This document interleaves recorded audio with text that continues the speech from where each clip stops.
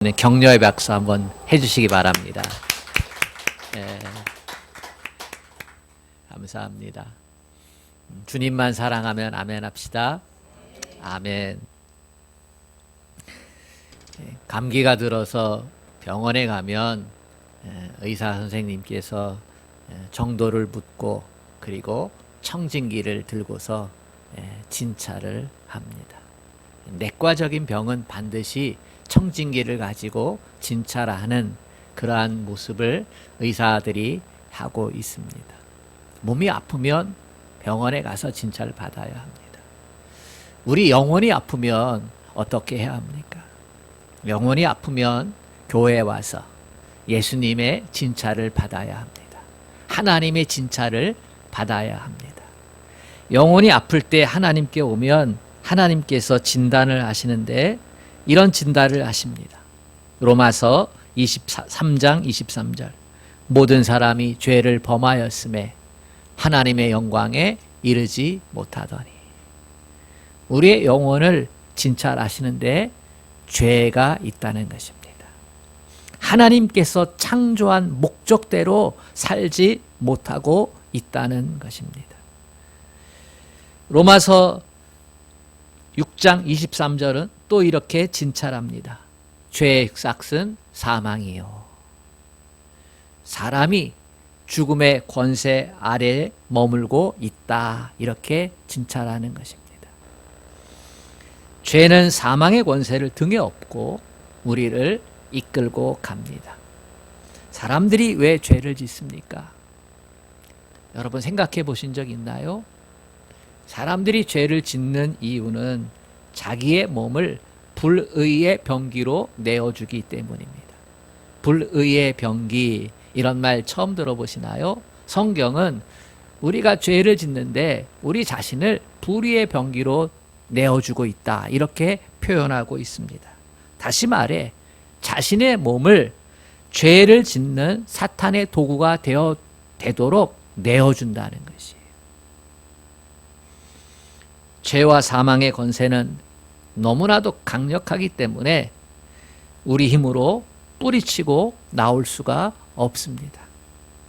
그래서 어떤 사람이 큰 죄를 짓고 나서 왜 그랬어? 라고 이렇게 질문해 보면 나도 왜 그랬는지 모릅니다. 이렇게 대답할 때가 있습니다.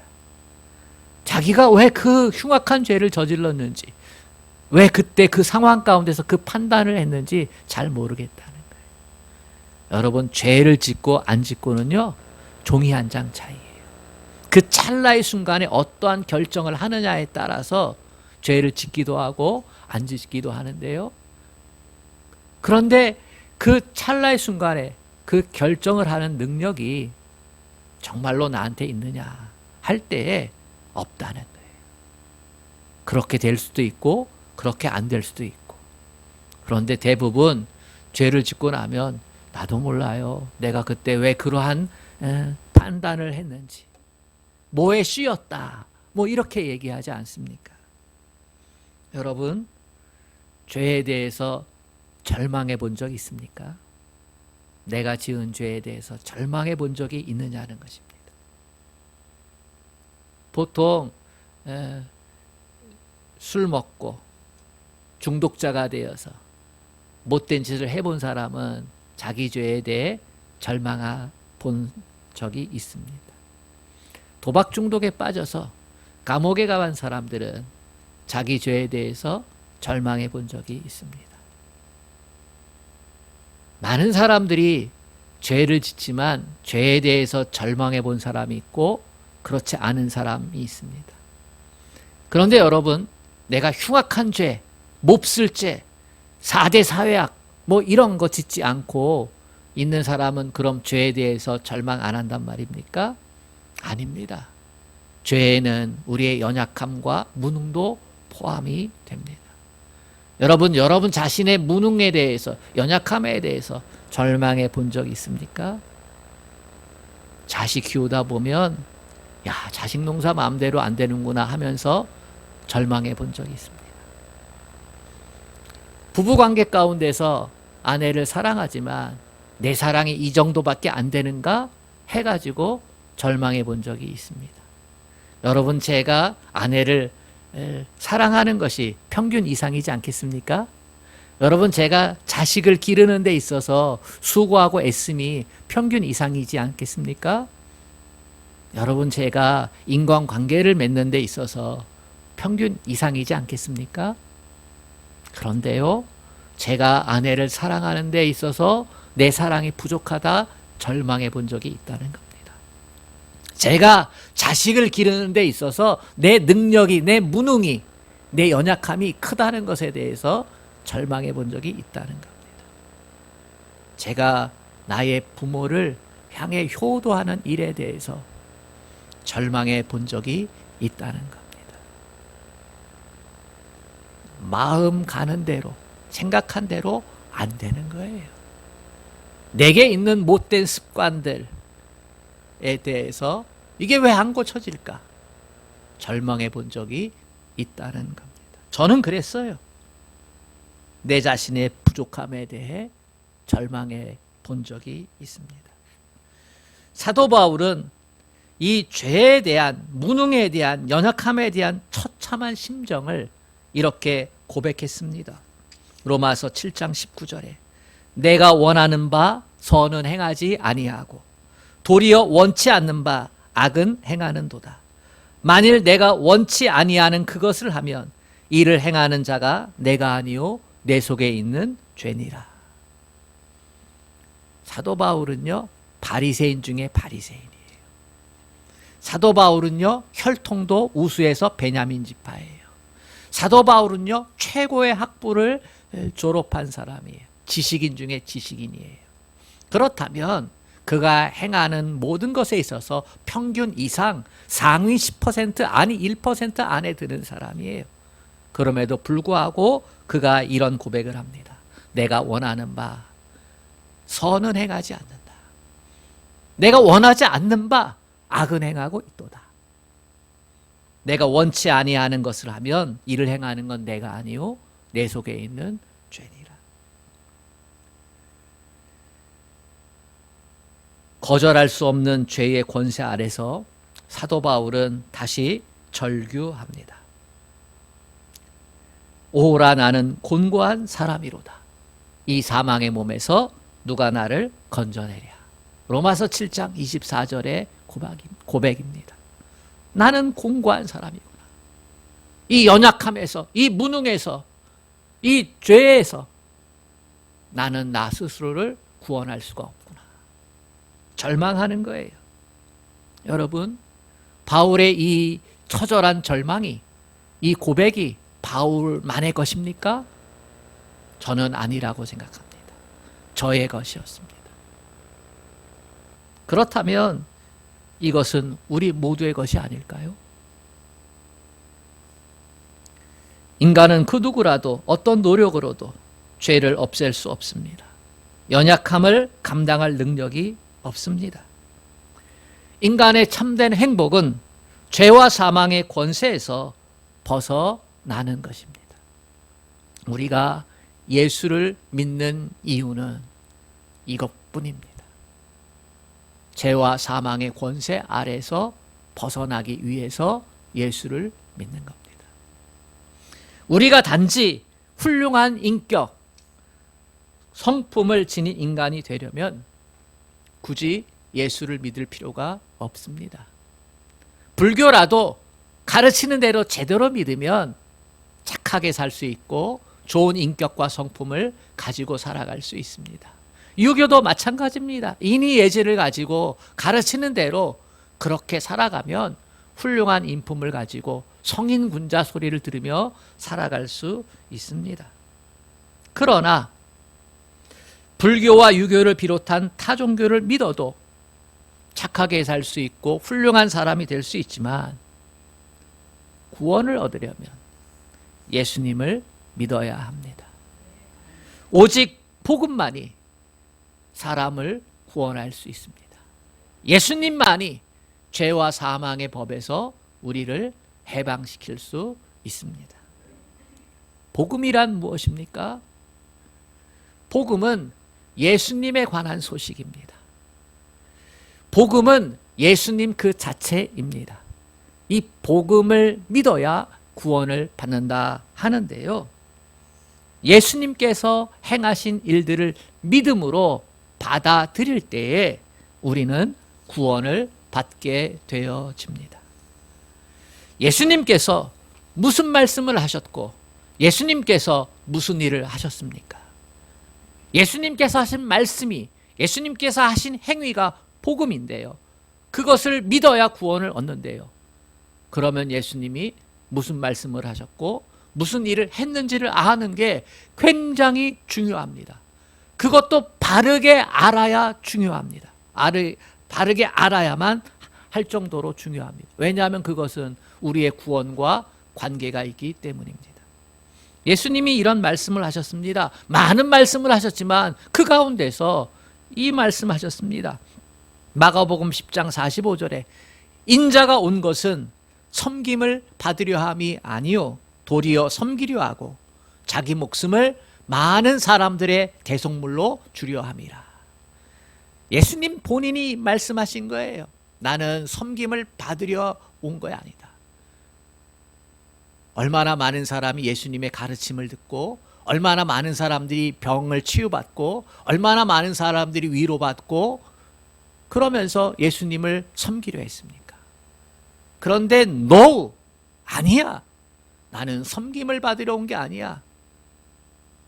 나는 오히려 내 목숨을 여러분들 모두를 위해서 대속물로 주려 함이라.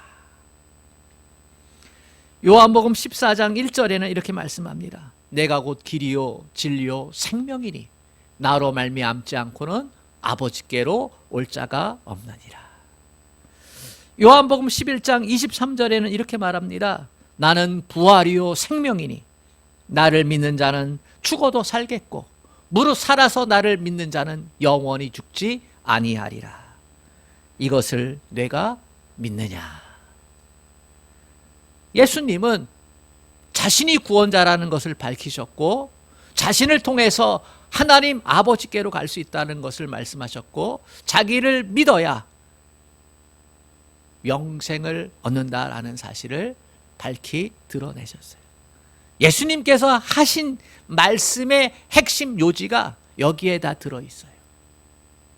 그러면 예수님은 무슨 일을 하셨나? 바울은 예수님이 말씀하신 대로 행하셨다라고 이렇게 증언하고 있습니다.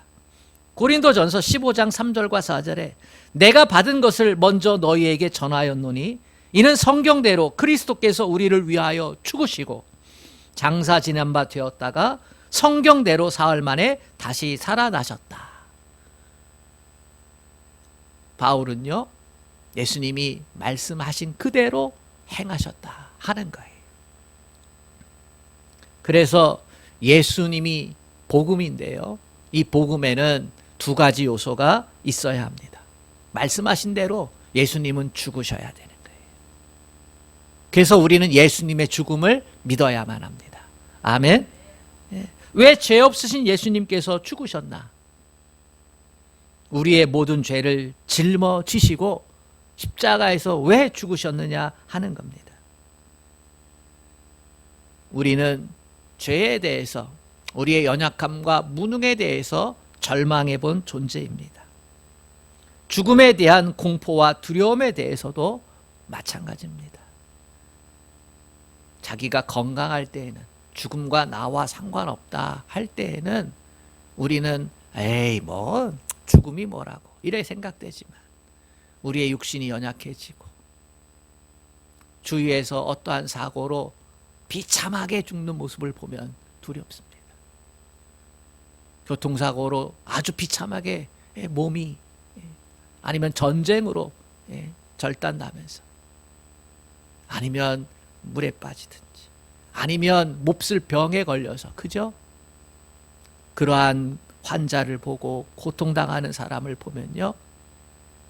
그러면 얼마나 죽음이 두려운 것인지 거기에 사로잡히면 우리의 삶이 절단나는 거예요. 아무리 고상한 인격도 아무리 착한 일을 많이 했어도요. 그 죽음이 주는 공포 앞에서는 사람은 감당할 능력이 없습니다. 우리는 그런 것들을 경험해 봅니다. 주님은 자신의 죽음에 대해서 언급하셨어요. 마지막 만찬에서. 이 떡은 너희를 위하여 찢기는 내 몸이고 이 잔은 너희를 위하여 흘리는 언약의 피다. 죄를 씻어주는 언약의 피라는 거예요. 자신의 죽음에 대해서 그렇게 말씀하셨는데요. 언약의 피라는 것은 죄의 값을 사해주는 의미가 담겨져 있습니다. 언약의 피가 뭐라고요? 죄의 싹을 사해주는 값이다. 이에 대해서 히브리서 10장 22절은 말합니다. 피 흘림이 없으면 사함이 없느니라. 죄의 싹은 사망인데요. 피 흘림이 있어야 그 죄가 용서가 된다는 거예요. 누군가 대신 죽어줘야 된다는 거예요.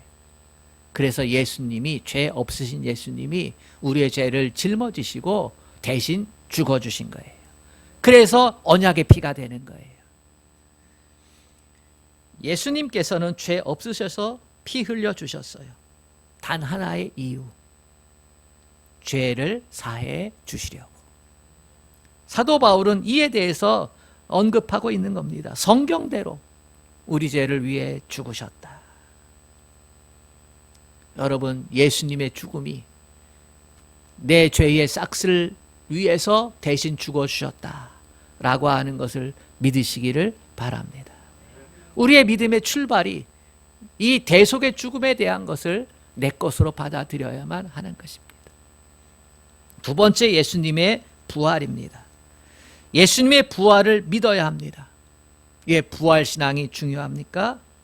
로마서 1장 4절에 성결의 영으로는 죽은 자 가운데서 부활하여 능력으로 하나님의 아들로 인정되셨으니 곧 우리 주 예수 그리스도시니라.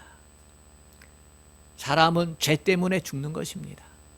그런데 죄 없으신 예수님께서 우리 죄를 뒤집어 쓰시고 대속하기 위해 죽으셨습니다. 만약에 예수님이 다시 살아나지 않았다면 사람들은 얘기할 겁니다. 예수도 자기 죄 때문에 죽었어. 그런데요, 하나님께서 예수님을 부활시키신 것입니다. 예수의 죽음이 자기 죄 때문이 아니라고, 우리의 죄를 대신 지시고 죽은 죽음이라는 사실을 부활을 통해서 드러내시는 것입니다. 예수의 부활은 구원의 완성에 대한 의미를 갖고 있습니다. 예수님이 부활의 첫 열매가 되셨다는 것은 우리도 예수를 믿었을 때에 죄 없이 되었다라고 하는 것을 인침받고 나도 예수님처럼 부활에 동참할 수 있다는 사실을 예수님의 부활을 보면서 확신할 수 있기 때문입니다. 예수님의 죽음과 부활은 우연한 사건이 아닙니다. 성경대로 죽으시고 성경대로 부활하셨습니다. 대표적인 성경 구절이 예수님이 오시기 전 700여 년 전에 이사야 선지자를 통해 분명히 예언하셨어요. 그가 찔림은 우리의 허물을 인함이요 그가 상함은 우리의 죄악을 인함이라. 그가 징계를 받음으로 우리가 평화를 누리고 그가 채찍에 맞음으로 우리가 나음을 입었도다. 이사야 53장 5절 이후로 분명하게 기록이 되고 있습니다. 시편 16편 10절로 11절에도 우리의 구원에 대한 이야기가 기록되어 있습니다. 이는 내 영혼을 음부에 버리지 아니하시며, 음부 지옥에 버리지 아니하시며 주의 거룩한 자로 썩지 않게 하실 것임이니이다. 주께서 생명의 길 내게 보이시리니 주의 앞에 기쁨이 충만하고 주의 우편에는 영원한 즐거움이 있나이다. 예수님께서 우리를 음부에 버려두지 않는다는 거예요. 예수님께서 우리를 택하셨기 때문에 우리는 거룩한 자가 되는 것이, 예수님께서 생명의 길을 보이셨다는 거예요. 그래서 예수님께는 충만한 기쁨이 있다는 것이, 예수님의 부활은 우리에게 죽음에 대한 권세가 더 이상 왕노릇하지 않는다는 사실을 드러내고 있습니다. 우리는 부활에 대한 믿음이 있기 때문에 죽음의 공포로부터, 죽음의 권세로부터 놓여서 해방되어지는 줄로 믿습니다. 물론 우리가 드러난 죽음에 대한 그림자들, 현실들을 보면 염려가 되고 걱정되기도 합니다. 그러나 여러분, 우리 안에 있는 예수의 생명이 우리로 하여금 그것을 넘어서서 천국에 대한 소망 가운데 넉넉히 이기게 하는 줄로 믿습니다. 그래서 믿는 자의 죽음은 복입니다. 그래서 믿는 자의 죽음은 값진 것입니다. 시편 116편에서 말씀하고 있지요. 하나님께서는 택한 자의 죽음을 귀하게 보시는도다. 죽음의 순간에 하나님께서 주목하여 보시고 함께 해주신다는 거예요. 왜 그렇습니까? 구원받은 자이기 때문입니다. 사망의 권세 아래서 건져주셨기 때문입니다. 여러분, 신앙생활을 아무리 잘해도 부활을 믿지 못하면 신앙은 헛것이다. 이렇게 사도 바울이 이야기했습니다. 고린도전서 15장 14절. 그리스도께서 만일 다시 살지 못하셨다면 우리의 전파하는 것도 헛것이요 또 너희의 믿음도 헛것이며. 예수 그리스도의 부활이 없으면 우리의 믿음 생활이 헛거라는 거예요. 여러분, 자기의 선함, 공덕 이거 강조하잖아요. 불교도 선함 강조하고 덕을 쌓아야 된다고. 그죠? 유교도 마찬가지고 이슬람도 마찬가지고 힌두이즘도 마찬가지고 샤머니즘도 마찬가지죠. 기독교를 제외한 모든 종교들은 덕을 쌓고 착하게 살고 그렇게 해서 천국에 간다는 거지. 그런데요, 기독교는 그렇지 않아요. 행위의 구원이 있는 게 아니라 우리의 믿음의 구원이 있어요. 그래서 바울은 아는 거예요. 우리의 믿음이 헛것이면, 부활이 믿음이 없으면 헛것이라고. 오히려 더 정성을 들이고 오히려 더 애를 쓰는 건 타종교에도 많다고. 그렇다고 해서 우리 기독교가 행위를 소중히 여기지 않는 건 아니에요. 참된 믿음이 있으면, 참된 복음을 알아서 구원을 받은 자면 오히려 더 바르게 살고 착하게 살고 선하게 살아야 되는 줄로 믿습니다. 그 참된 은혜를 알면 그렇게 나아갈 수밖에 없어요.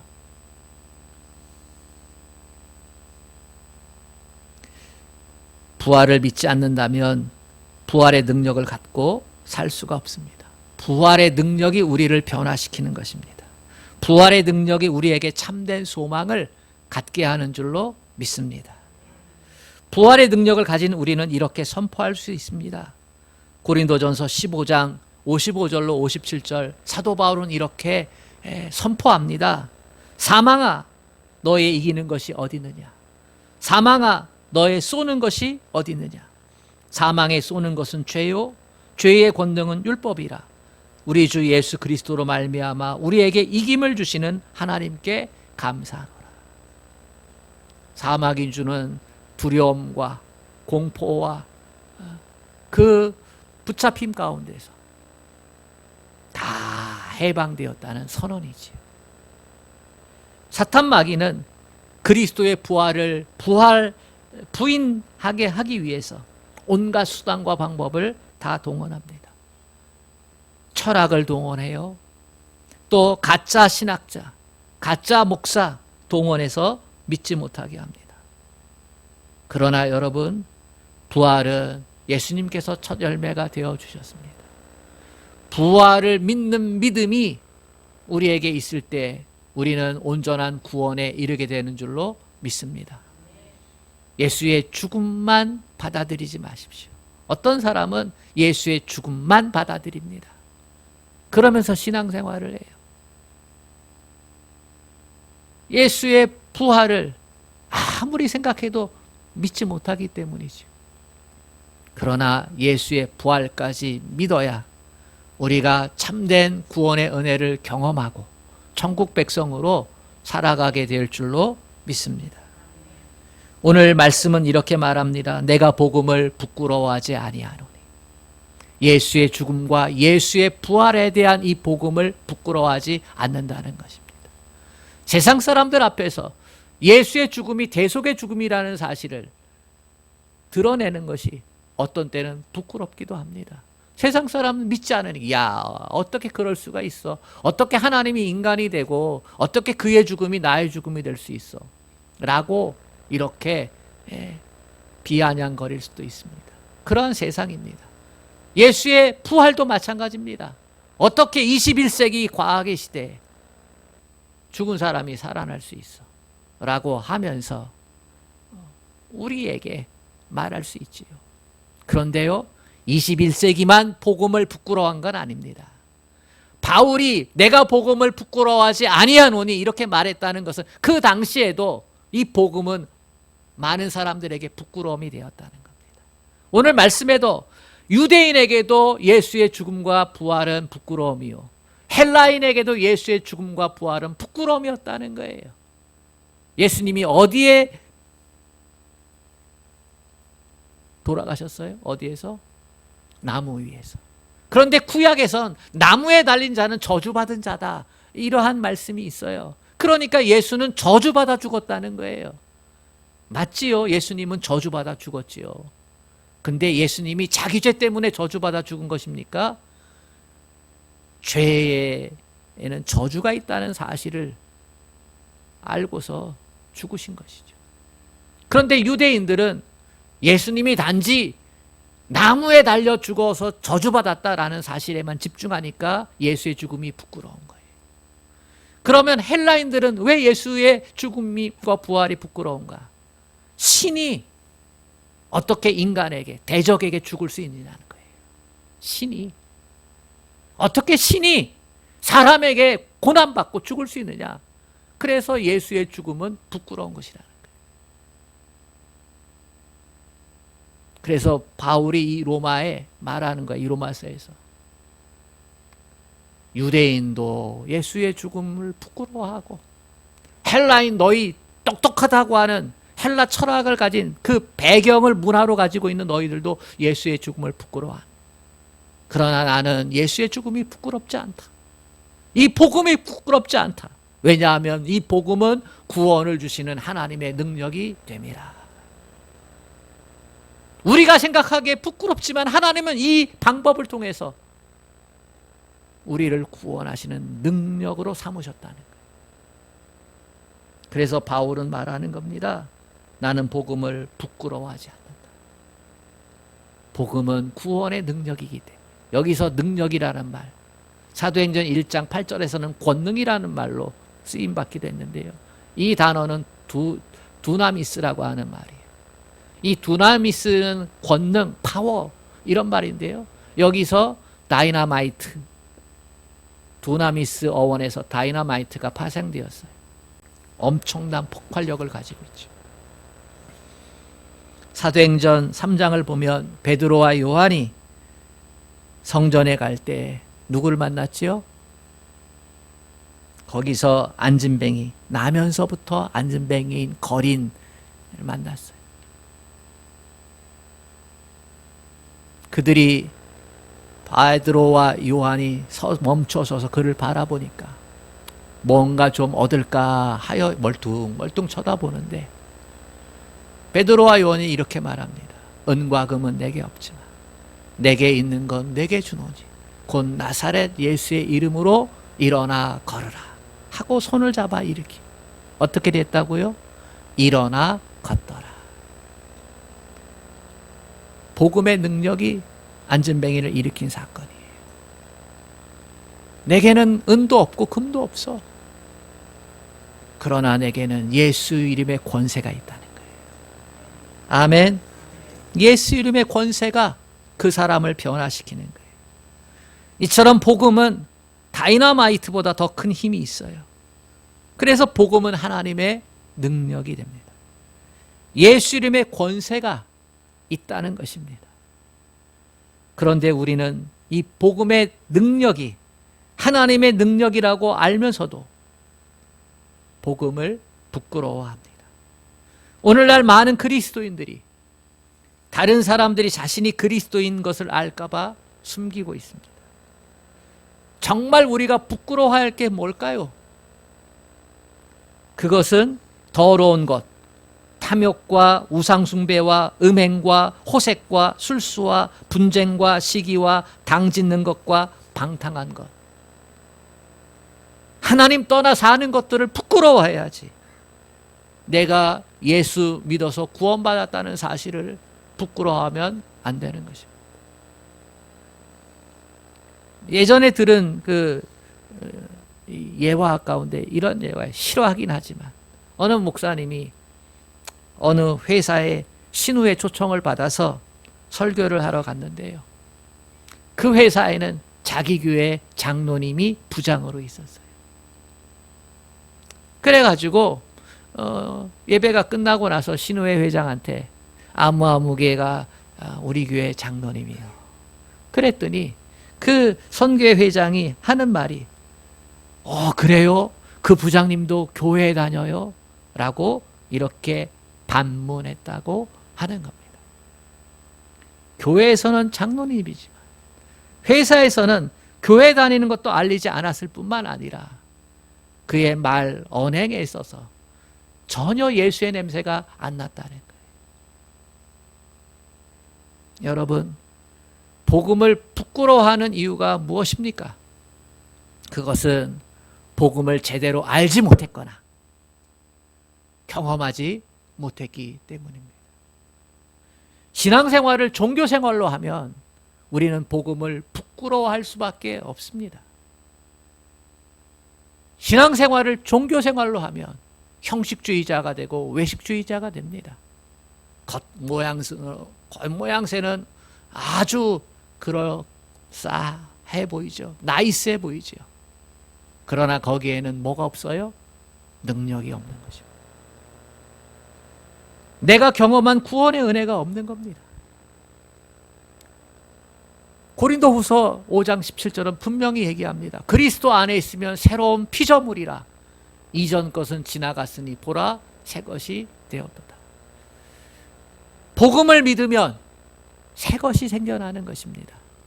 새 마음이 생겨나고 새로운 생각이 생겨나고 새로운 행동이 생겨나고 새로운 가치가 우리에게 주어지는 것입니다. 새로운 삶의 태도가 보여지는 거예요. 땅에 속한 자가 아니고 천국에 속한 자가 되는 겁니다. 죄에 속한 자가 아니고요, 의에 속한 자가 되는 것입니다. 예수님 안에 있으면 이러한 역사가 우리 안에 일어나는 줄로 믿습니다.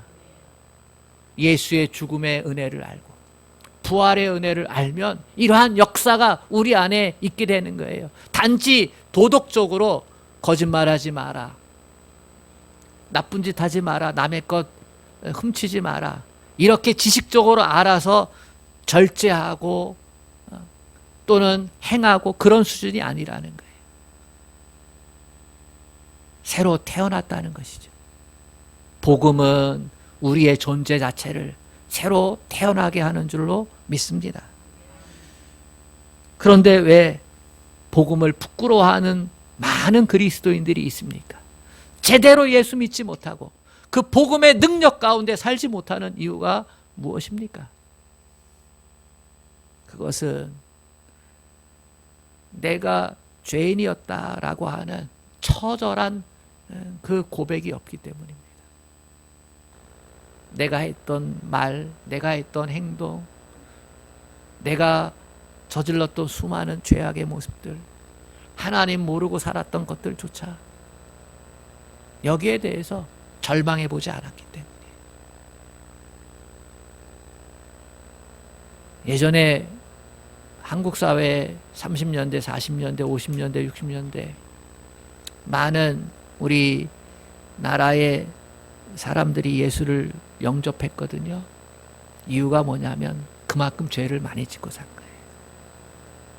집안에서는 아내 두드려 패고요.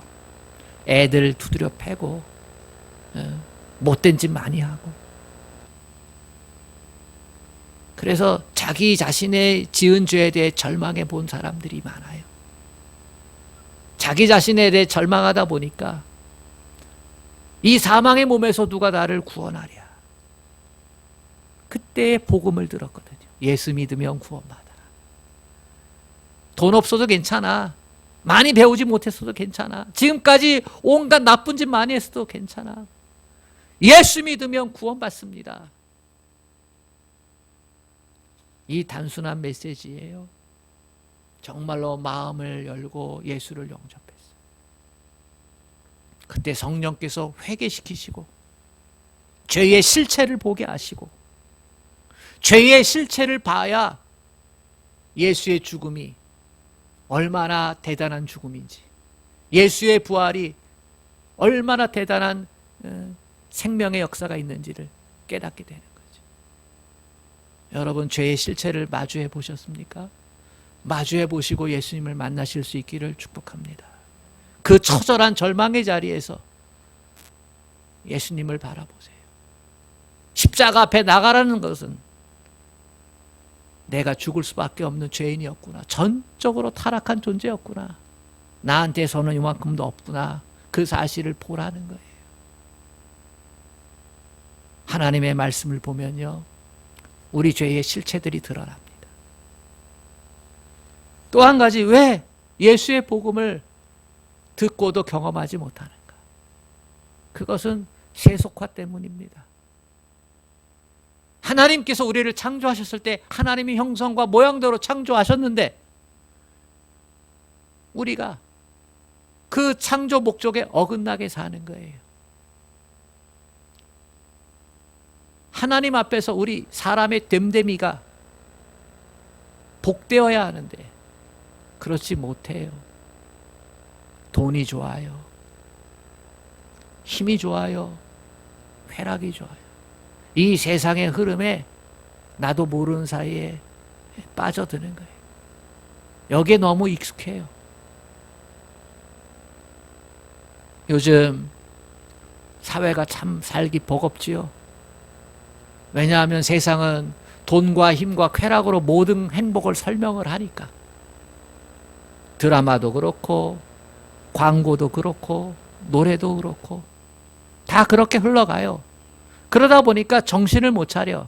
어떻게 참된 사람, 하나님의 창조 목적에 맞춰서 살까? 이게 아니고요. 그 거대한 흐름에 따라서 돈이 있어야 잘 사는 것이고, 힘이 있어야 잘 사는 것이고, 높은 지위에 올라가야 잘 사는 것이고, 자기 좋은 대로 내가 만족해야 잘 사는 것, 그 쾌락을 느껴야 만족해야 잘 사는 것, 이 세속화의 흐름에 다 빠져드는 거예요. 학자들도 빠져들고요. 그나마 양심을 가졌던 교육계도 빠져들고요. 문화계도 다 빠져들어요. 정치도 그렇잖아요. 스트롱맨만을 원하잖아요. 강한 지도자. 말을 자주 바꿔도 능력 있으면 돼. 정직하지 않아도 능력 있으면 돼. 실용주의에 빠지는 거죠. 공리주의에 빠지는 거죠. 과정은 어떻든 결과만 좋으면 돼 라고 하는 그 실용주의와 공리주의로 인해서 세속화가 더 전 세계를 휩쓸고 있는 거예요. 그런 가운데서요, 믿음의 삶을 가지고 산다는 것은 참 버거운 것입니다. 그러나 여러분, 우리의 구원은 오직 예수 그리스도에게만 있는 줄로 믿습니다. 이 사실을 우리가 다시 깨닫고 인정하고 살아야 합니다. 코로나의 위기는 우리의 무능함을 드러냅니다. 죽음에 대한 공포를 드러냅니다. 코로나의 위기는 제2차 세계대전처럼 우리 인간을 각성시킬 겁니다.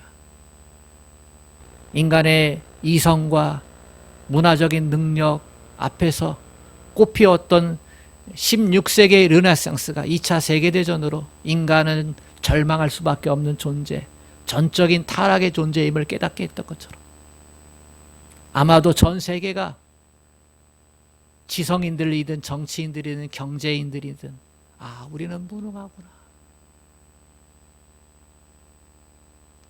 왜 하나님이 이 코로나를 이렇게 길게 이끌고 가실까?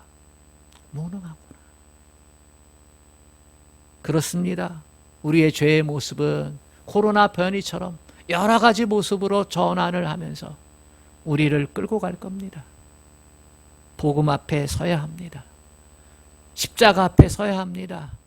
거기서 부활의 영광을 보아야 합니다. 그래야 우리는 구원받은 자로 복되게 살아가게 될 줄로 믿습니다. 예수의 구원이 시시한 게 아닙니다. 예수의 구원은 우리에게 죄에서 벗어나서 죽음의 권세에서 벗어나서 참된 하나님의 사람으로 복되게 살게 만듭니다. 세속화의 흐름에서 벗어나십시오. 공리주의에서 벗어나십시오. 우리를 위해 죽기까지 생명을 내어주신 예수 그리스도, 그분을 통해 참된 구원의 은혜를 맛보고 그 구원의 은혜를 지키고 그렇게 복된 하나님의 사람으로 다시 살아갈 수 있기를 주님의 이름으로 축복합니다. 거기에 우리의 참된 행복이 있는 것입니다. 하나님 아버지, 신약시대의 사람들에게도 복음은 부끄러운 것이었습니다. 유대인에게도 헬라인에게도 오늘날도 세속화의 물결 가운데 있으면 이 복음의 참된 능력을 경험하지 못하면 부끄러운 것이 됩니다. 하나님, 우리로 하여금 교회의 문만 들락날락거리는 신앙인이 되지 않게 하여 주옵소서. 우리가 천국문을 들어가야지. 하나님, 참된 구원의 능력을 경험하고 살아야지. 형식적인 종교생활에 머무를 수 없음을 알게 하여 주시옵소서. 하나님 아버지, 어느 곳에 있든 예수 그리스도의 대속의 은혜를 받은 자로, 그 부활의 능력을 알고 천국 백성 된 자로 그렇게 살아갈 수 있도록 우리를 일깨워 주시옵소서. 2022년 다시 복음 앞에 서기를 원합니다. 그 구원의 능력 안에 머물러 살기를 원합니다. 하나님, 우리를 긍휼히 여겨 주시옵소서. 예수님의 이름으로 기도합니다. 아멘. 찬송가 80장입니다.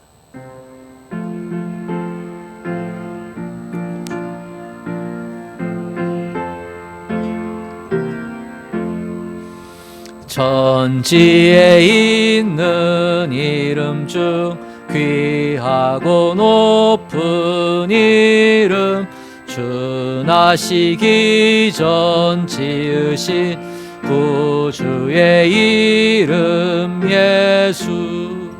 주 앞에 내가 엎드려 그 이름 찬송함은 내 귀에 들린 말씀 중 귀하신 이름 예수. 주 십자가에 달릴 때 명패에 쓰인 대로 저 유대인의 왕이요 곧 우리 왕이시라. 주 앞에 내가 엎드려 그 이름 찬송함은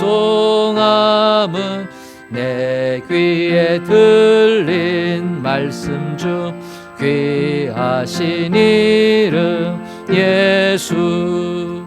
지금도 살아 계셔서 언제나 아시는 일, 나 같은 죄인 부르사 참 소망 주시도다. 주 앞에 내가 엎드려 그 이름 찬송함은 내 귀에 들린 말씀 중 귀하신 이름 예수.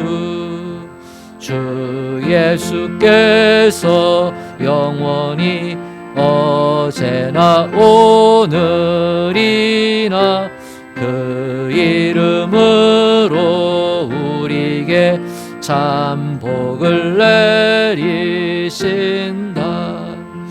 주 앞에 내가 엎드려 그 이름 찬송함은 내 귀에 들린 말씀 중 귀하신 이름 예수. 아멘.